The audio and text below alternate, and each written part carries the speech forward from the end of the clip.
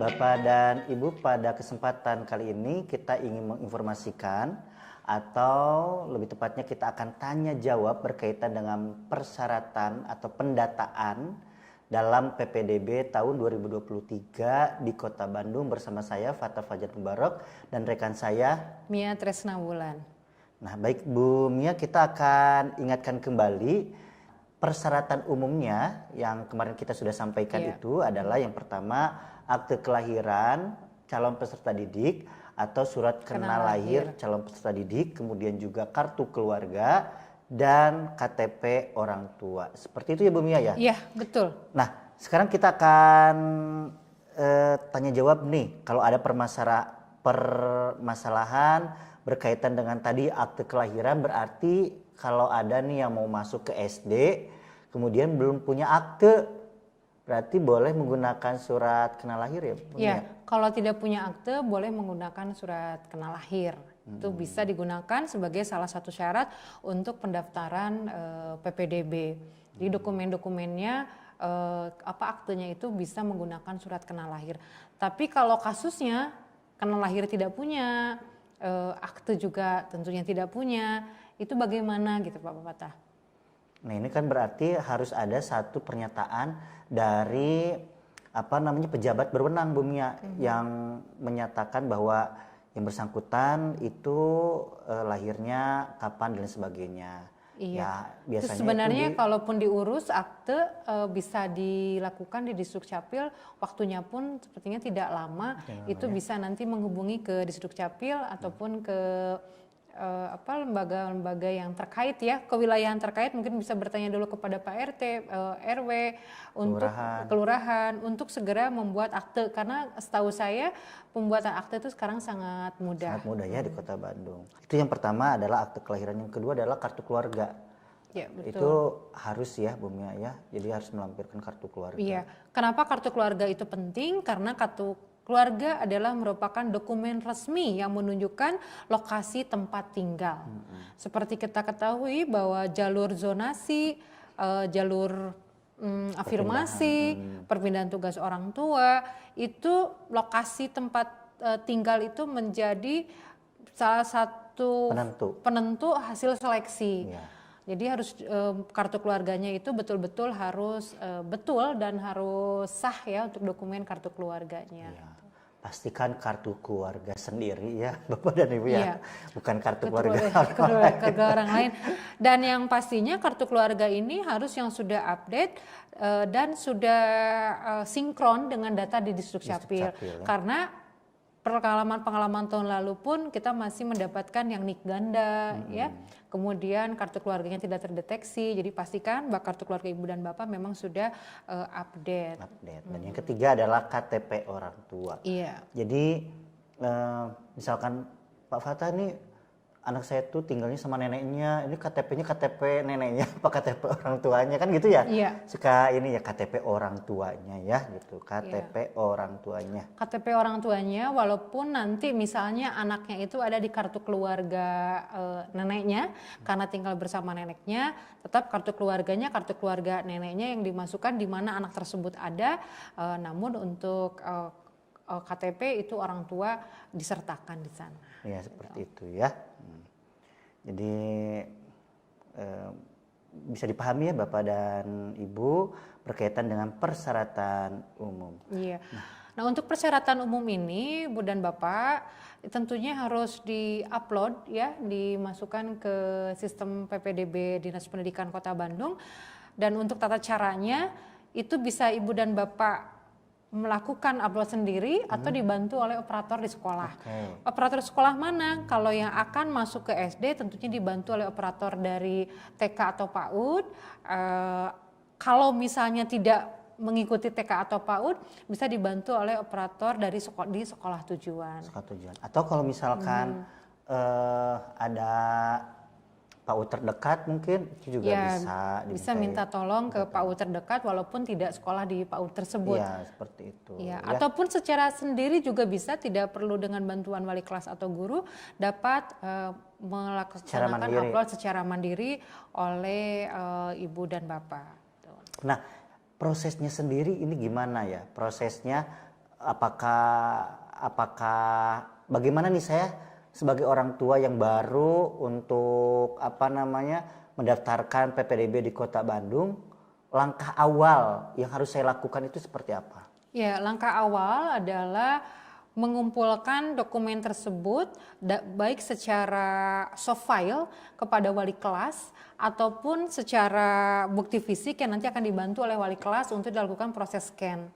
Jadi itu dokumennya juga diberikan. Nah, setelah diberikan nanti di-upload dibantu oleh wali kelas ataupun operator. Jadi pastikan dokumennya tidak hanya persyaratan persyaratan umum tadi KTP, KK dan juga KTP orang akte kelahiran. Untuk yang akan daftar ke SMP pun termasuk dokumen-dokumen seperti rapot, kemudian juga sertifikat-sertifikat yang nanti akan digunakan untuk proses pendaftaran. Oke, jadi tahap pertama ini adalah Bapak dan Ibu silakan untuk bisa mengumpulkan dokumen-dokumen yang diperlukan, dokumen yang diperlukan. Sebagaimana persyaratan, baik itu persyaratan umum maupun persyaratan khusus. Baik itu dikumpulkan dalam bentuk soft file ya ataupun hard file hard file. Nanti silakan untuk bisa berkomunikasi, biasanya ada informasi lanjutan dari SD-nya ya atau sekolah asalnya Atau bisa juga menanyakan kepada sekolah tujuannya. Jadi ini setelah saya mengumpulkan filenya kemudian hard filenya, terus selanjutnya seperti apa? Nah, kalau misalkan Bapak dan Ibu akan mendaftarkan secara mandiri, itu bisa mengakses langsung ppdb.bandung.go.id. Di situ membuat akunnya terlebih dahulu membuat akun terlebih dahulu. Nanti bagaimana membuat akun kemudian mengupload berkas itu nanti ada tutorialnya sudah ada di website ppdb.bandung.go.id. Kalau misalkan Bapak dan Ibu yang meminta bantuan di sekolah asalnya, baik yang mau mendaftarkan ke SD maupun ke SMP, itu bisa berkoordinasi dengan wali kelasnya, misalkan di PAUD-nya atau di TK-nya, atau yang mau masuk ke SMP dengan guru wali kelas 6-nya atau operator sekolahnya. Nah, jadi pastikan dokumen-dokumennya itu sudah ada dari sekarang. Iya, pastikan sudah ada dan memang yang ada saja gitu. Artinya kalau memang misalkan kartu keluarga saya memang karena saya itu baru pindah gitu. Artinya ya memang kartu keluarganya kartu keluarga yang ada seperti itu ya. Kemudian juga sertifikat, ya memang sertifikatnya cuma ada 2, ya sudah 2 sertifikat itulah yang diupload gitu. Dan pastikan yang diupload itu adalah dokumen asli. Dokumen asli betul. Yang di scan, yang diupload itu adalah dokumen asli seperti itu. Kalau misalnya, kartu keluarga saya yang asli nggak ada nih, kebakaran atau kebanjiran atau hilang, itu bagaimana Pak? Sebetulnya kalau untuk dokumen itu bisa, misalkan kita mencari salinannya itu bisa di RT, mungkin bisa di RW juga atau misalkan di kelurahan, atau juga nanti kita akan menyediakan, kan kita sudah berkoordinasi dengan Distrik-Capil, itu bisa cetak ulang seperti itu. Apalagi kalau sekarang, kalau tidak salah 2 tahun atau 3 tahun ke belakang itu sudah online jadi sudah bisa mencetak sendiri. Walaupun kalau dicetak itu kan nggak kelihatan aslinya maksudnya karena seperti karena hitam putih kan. Betul, hitam putih dan itunya juga barcode kertas barcode. Hanya pengalaman saya kemarin mengupdate kartu keluarga, tanda tangan kepala keluarga itu menggunakan tinta warna biru. Untuk menunjukkan bahwa ini adalah dokumen yang asli gitu Kalau udah fotokopi kan warnanya sudah tidak seperti itu. Jadi Ibu dan Bapak jangan khawatir apabila Ibu dan Bapak memiliki masalah dengan dokumen-dokumen tersebut, nanti Distrik-Capil akan membantu Ibu dan Bapak, tapi harapan dari kita tidak mepet waktunya tidak mepet waktunya pada saat pendaftaran. Berarti dari sekarang Ibu dan Bapak sudah mulai melihat lagi dokumen-dokumennya apakah sudah lengkap atau tidak. Iya betul, karena kesuksesan PPDB untuk putra-putri Bapak dan Ibu itu tergantung lancarnya komunikasi kerjasama antara Bapak dan Ibu selaku orang tua dengan wali kelas dengan pihak sekolah asal, sehingga tetap harus berkoordinasi seperti itu. Jadi setelah nanti apa namanya mengumpulkan file-file, kemudian itu bisa menyerahkan kepada pihak sekolah asal seperti itu. Kecuali kalau Bapak dan Ibu akan mendaftarkan secara mandiri tadi seperti yang saya sampaikan, itu silakan untuk membuka website ppdb.bandung.go.id. Di situ mulai membuat akun ya, seperti membuat email ya Bu Mia, kemudian di situ ada beberapa kelengkapan yang harus diisi, kemudian nanti akan mendapatkan semacam username dan password ya, yang dikirim melalui email, dan kemudian baru masuk melengkapi persyaratannya ya. Nanti tutorialnya silakan bisa diakses di website ppdb.bandung.go.id. Nah setelah itu proses pendaftaran seperti itu dan lain sebagainya. Karena kita fokus kepada pendataan terlebih dahulu.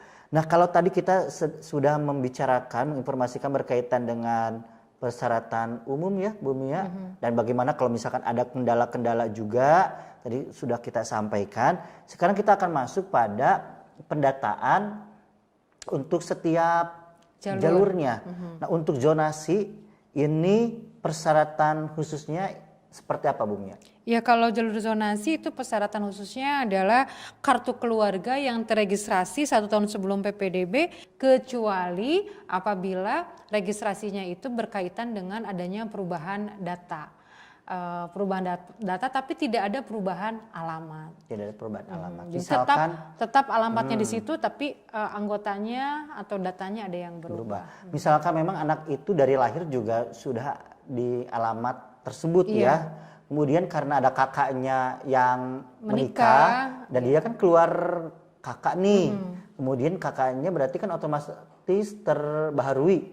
Ya bisa jadi terregistrasi itu misalkan kurang dari 1 tahun. Nah untuk bisa masuk pada jalur PPDB menggunakan jalur zonasi, ini silakan kartu keluarga atau fotokopi kartu keluarga yang sebelumnya ya, yang lama itu difotokopi atau di scan ya, ya kan pasti fotokopian ya. Kemudian ini yang barunya satu file dan kemudian silakan untuk bisa diupload. Karena ini akan diverifikasi dan divalidasi oleh sekolah tujuan Bu Mia. Jadi pada saat misalkan nanti ini yang daftar nih misalkan ke SDA ya, atau misalkan ke SMP lah ya, ke SMP, dan kemudian nanti akan mengecek apakah memang kartu keluarganya itu memang sudah lebih dari 1 tahun atau memang belum atau baru seperti itu ya. Karena nanti dokumen kartu keluarga itu akan dilihat alamatnya untuk menentukan titik koordinat dari calon peserta didik tersebut sebagai acuan untuk menentukan jarak ke sekolah tujuan. Iya betul. Nanti untuk berkaitan dengan jarak nanti kita akan bahas pada informasi tentang seleksi. Tentang seleksi ya betul. Nah tadi kita berbicara sudah berkaitan dengan syarat khusus zonasi yang harus di-upload ya dalam pendataan di jalur zonasi. Sementara untuk jalur afirmasi ini Bu Mia, seperti apa ini persyaratannya? Ya kalau jalur afirmasi ini harus terdaftar pada data terpadu kesejahteraan sosial atau DTKS atau non data terpadu kesejahteraan sosial DTKS. Nah keikutsertaannya itu nanti akan terhubung dengan https simdikbandung.go.id DTKS. Jadi Ibu dan Bapak kalau untuk yang afirmasi itu nanti bisa ketika mengklik afirmasi itu harus terdaftar di data yang ada di https simdikbandung.go.id DTKS. Jadi tidak perlu melampirkan foto kartu jaminan untuk pengendalian sosial itu tidak perlu, tetapi nanti datanya itu akan langsung sinkron antar dinas sosial dengan dinas pendidikan Kota Bandung. Jadi kalau misalkan Bapak dan Ibu merasa oh ini Pak Fatah Bu Mia saya ini punya kartu-kartu ya, dan saya itu juga memang mempunyai ekonomi yang kurang mampu ya. Nah, silakan nanti bisa minta bantuan ke sekolahnya atau ke wali kelasnya atau ke operatornya untuk mengecek ya. Mengeceknya seperti apa? Masuk pada simdik.bandung.go.id/dtks dan kemudian di situ memasukkan NIK NIK, ya, seperti itu. betul. Nanti akan kelihatan, nanti akan muncul apakah kalau memang terdaftar ya bisa jadi yang ada itu adalah nama orang tuanya, ayahnya atau ibunya, atau justru yang anaknya bersangkutan, anak yang seperti itu. bersangkutan. Ya. Bagaimana kalau misalkan yang keluar itu nggak ada nih anaknya tapi ayahnya ada gitu? Iya, itu bisa dijadikan bisa mendaftar pada jalur afirmasi. Ya. Perlu Ibu dan Bapak ketahui pula bahwa data DTKS ini sangat dinamis ya. Jadi kalau misalnya mendapatkan KIP pada tahun kelas 3 atau kelas 4 belum tentu sekarang masih terdaftar di DTKS karena selalu update. Dinas Sosial selalu update per tiap bulan ya.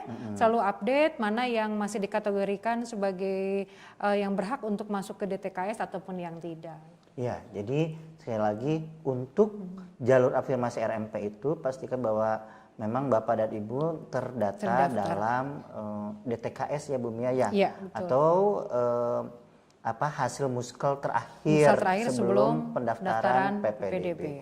Dan Bapak dan Ibu kami menyampaikan bahwa segala bentuk dokumen data yang diberikan dalam proses PPDB mau jalur afirmasi RMP, PDBK, prestasi atau apapun itu harus bisa dipertanggungjawabkan secara hukum seperti itu. Sebagaimana Permendikbud 1 2021 bahwa segala sesuatu bentuk ketidakvalidan ya, ketidakjujuran itu akan diproses secara hukum. Secara hukum, betul.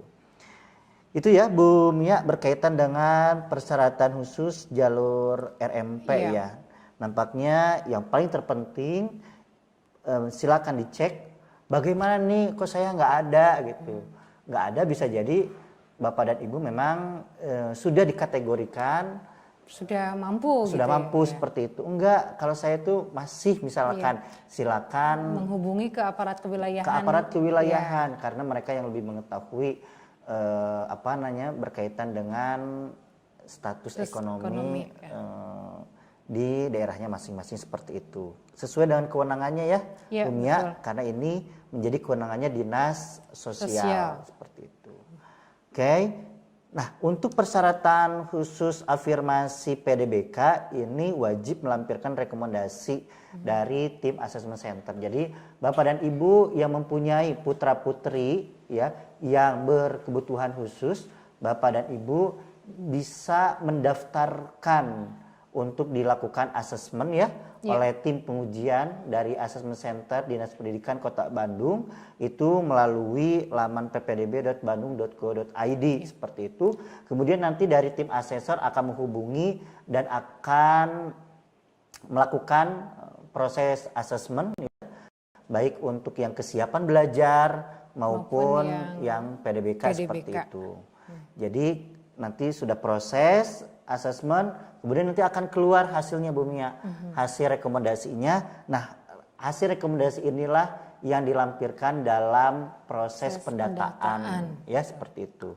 Nah, Pak Fatah gimana kalau saya sudah nih sebelumnya dari terapis sebelumnya atau dari dokter anak sebelumnya atau misalkan dari psikolog sebelumnya, tetap silakan untuk bisa mendaftar melalui Assessment Center Dinas Pendidikan Kota Bandung dan kemudian nanti pada saat proses asesmen itu bisa melampirkan, disampaikan kepada asesor untuk bisa dianalisis seperti itu. Itu jadi termasuk juga yang ini ya Bu Mia, anak yang akan daftar ke SD yang usianya di bawah 6 tahun, di atas 5,5 atau minimal 5,6 itu wajib ya mendapatkan rekomendasi dari asesor kesiapan belajar seperti itu. Jadi kalau misalkan saya nih anaknya per tanggal 1 Juli itu sudah 7 tahun, sudah 6,1 misalkan, apakah masih perlu? Tidak perlu ya. Jadi yang perlu mendapatkan surat rekomendasi dari assessment center, dari asesor kesiapan belajar, itu adalah mereka yang mau mendaftar ke SD yang usianya antara 5,6 sampai 6 tahun. Kalau misalkan sudah di di asesmen mendapatkan rekomendasi, apakah itu otomatis diterima? Tidak, itu hanya sebagai persyaratan administrasi saja. Tetap untuk SD itu akan diurutkan berdasarkan usia seperti itu. Kecuali bagi mereka yang PDBK itu dikecualikan dari syarat usia seperti itu. Itu ya berkaitan dengan pendataan pada jalur afirmasi PDBK. Nah, selanjutnya Bu Mia, apa nih yang harus disiapkan dalam pendataan pada jalur prestasi nilai rapot? Ya, kalau untuk jalur prestasi nilai rapot, tentunya dokumen rapot itu sendiri harus sudah siap, dan juga nanti dokumen peringkat yang dikeluarkan oleh sekolah. Nah, bagaimana dengan sekolah-sekolah atau calon peserta didik yang memiliki kartu keluarga Kota Bandung namun dia bersekolah di luar Kota Bandung? Atau di luar kewenangan Dinas Pendidikan. Ya, atau di luar kewenangan Dinas Pendidikan, misalnya yang di Kemenag, di Madrasah Ibtidaiyah di MI. Itu seperti apa? Itu nanti disiapkan juga sama dokumen rapot dan dokumen peringkatnya untuk nanti dapat diupload di laman ppdb.bandung.go.id. Seperti itu ya. Jadi disiapkan yang pasti adalah rapotnya dan apabila di scan. Apabila nanti ada peringkatnya juga itu turut di upload juga untuk peringkatnya. Peringkatnya seperti itu, dan kemudian di situ mengisi input nilai. Nilainya nanti diinput itu untuk nilai kelas 4 semester 1 dan 2, kelas 5 semester 1 dan 2, dan kelas 6 semester 1. Seperti itu ya. Jadi setelah diinput, kemudian dokumennya di-upload ya, diunggah, dan kemudian kalau memang mempunyai prestasi peringkat itu dilampirkan seperti itu ya. Kemudian kalau untuk yang di Kota Bandung sama juga seperti itu Bu Mia? Ya, kalau untuk yang di Kota Bandung sama, nanti untuk nilai juga sama di-upload, dan juga kalau ada peringkatnya juga sama di-upload. Oke, itu seperti itu. Ada permasalahan atau evaluasi seperti apa nih yang tahun kemarin berkaitan dengan nilai rapot? Kalau misalkan Pak Fatah kan sekarang ini di sekolah saya itu memang nggak ada rankingnya, tidak dibuat ranking. Itu seperti apa Bu Mia? Iya, jadi peringkat itu adalah berdasarkan urutan jumlah nilai. Misalnya jadi nilai dari ke-8 mata pelajaran dari kelas 4 sampai kelas 6 itu dijumlahkan, baru kemudian jumlah yang tertinggi berarti itu adalah peringkat ke-1, 2, dan 3. Jadi bukan peringkat dari kelas 4 peringkat 1, kelas 2 peringkat kelas 5 peringkat keberapa, tapi itu berdasarkan data jumlah nilai rapot dari kelas 4, kelas 5, dan kelas 6 semester 1. Jadi sebetulnya yang dimaksud peringkat di sini adalah urutan. Iya, urutan jumlah nilai rapot 8 mata pelajaran di sekolah tersebut gitu ya. Jadi yang semester kelas 4 semester 1 2, kelas 5 semester 1 2, kelas 6 semester 1. Di satu sekolah itu kemudian diurutkan begitu ya Bu Mia? Iya, betul, diurutkan. Nanti setiap kelas diurutkan setiap kelas. Setiap kelas. Nanti di kelas tersebut, kelas A, kelas B, kelas C misalnya, kelas A diambil 3 tertinggi, kelas B 3 tertinggi, kelas C 3 tertinggi. 3 tertinggi seperti itu ya. Kemudian yang Bu Mia, seperti ini ada yang pasti kan gini ya, kalau satu sekolah ini kan sudah ada peringkat 1, 2, dan 3 nih. Kemudian peringkat satunya itu dia tidak daftar di Kota Bandung. Sementara saya peringkat ke-4, bisa naik nggak nanti diiniin? Ya, tidak bisa. Tidak bisa seperti itu ya Bapak dan Ibu. Kalau peringkat 1, 2, dan 3 itu tidak dapat digantikan oleh orang lain ketika yang mendapatkan peringkat 1, 2, dan 3 itu tidak memilih jalur prestasi. Jalur prestasi seperti itu ya. Oke. Kemudian untuk persyaratan khusus prestasi perlombaan, ini apa aja nih yang harus di-upload? Ya, tentunya sertifikat yang dimiliki ya.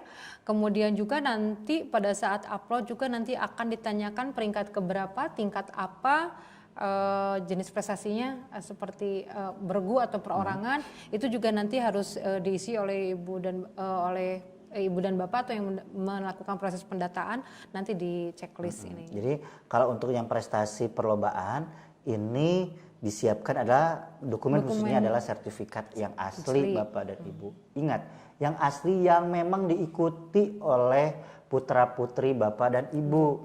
Dan dalam prestasi perlombaan ini memang tidak perlu dilegalisir sebetulnya ya, karena memang diuploadnya adalah yang asli seperti itu. Dan yang dari tanggal berapa ini Bu Mia? Tanggal 1 Juli 2020 sampai dengan 31 Desember 2022. Nah, nanti juga itu. Untuk jalur prestasi perlombaan ini kita akan ada informasi khusus ya Pak Pata yang berkaitan dengan sertifikat seperti apa sih yang bisa kita upload dan sebagainya. Itu nanti akan kita bahas pada informasi yang lainnya gitu ya. Pokoknya yang pasti dalam pendataan jalur prestasi perlombaan atau penghargaan ini Bapak dan Ibu siapkan aja sertifikat yang dimiliki oleh Ananda, oleh putra-putri Bapak dan Ibu, dan kemudian ini memang yang sejenis ya. Jadi kalau misalkan putra-putrinya punya 50 sertifikat dimulai dari juara renang, juara poli, juara menggambar, juara menyanyi misalkan ya, maka harus dipilih mau mendaftarkannya melalui prestasi apa nih gitu kan. Oh yang tertinggi misalkan dia pernah juara nasional nih, berarti itu yang bagusnya diambil yang tertinggi cabang perlombaannya itu adalah yang memiliki skor tertinggi atau prestasi yang tertinggi lah tingkatannya. Seperti itu ya. Silakan untuk jadi ditentukan, oh saya akan menguploadnya yang perlombaan tadi menggambar gitu ya. Oke ya, seperti itu. Oke, itu tentang top score. Jadi kalau misalkan ada bola nih, jadi memang nanti kita akan bahas lebih lanjut, tapi kalau misalkan ada, nih saya punya nih prestasi sepak bola, kemudian dia top score ya. Apakah itu masuk gitu ya? Itu masuk, itu tidak. Jadi yang akan kita nilai itu adalah perlombaan utamanya seperti itu. Termasuk juga kalau misalkan ada perlombaan misalkan danton terbaik, kemudian hal-hal misalkan pemain terbaik, pemain terapa gitu, itu tidak dimasukkan dalam kategori perlombaan yang dimaksud dalam PPDB di Kota Bandung seperti itu. Itu ya Bapak dan Ibu. Nah sekarang syarat dalam pendataan jalur perpindahan tugas orang tua itu apa Bu Mia? Ya, kalau perpindahan tugas orang tua tentunya yang harus disiapkan itu adalah surat keterangan pindah tugas orang tua atau walinya ya. Dan surat keterangan pindah tugas orang tua atau wali itu yang paling lama 3 tahun sebelum pelaksanaan PPDB. Berarti paling lama 2020 ya Pak 2020 ya? Sekitar tanggal 15. Kemarin kita hitung tuh 15 ya kalau nggak salah ya. 15 Juni 2020 seperti itu ya. Itu tinggal diuploadkan saja Bapak dan Ibu, dan kemudian nanti khusus nih untuk yang jalur perpindahan tugas orang tua kan berarti kakaknya kakak luar kota nih Bu Mia. Kakak luar kota, maka pada saat nanti dia memilih kan ada isian untuk alamatnya. Alamat itu nanti ada alamat yang kedua itu. Alamat itu, sesuai kakak dan alamat di Kota Bandung. Di Kota Bandung seperti itu.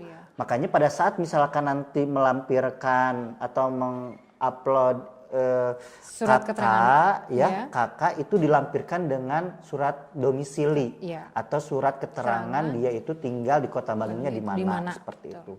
Nanti pastikan di situ memilihnya ada alamat sesuai dengan kakak, kemudian ada alamat di Kota Bandung, untuk penentuan titik koordinat seperti itu. Itu berkaitan dengan syarat-syarat dalam proses pendataan. Bapak dan Ibu, kita ingatkan kembali, pastikan Bapak dan Ibu yang akan mengikuti PPDB di Kota Bandung pada tahun 2023 sudah melengkapi ya persyaratan dengan lengkap dan benar sesuai dengan apa yang nanti dipilihnya seperti itu. Betul.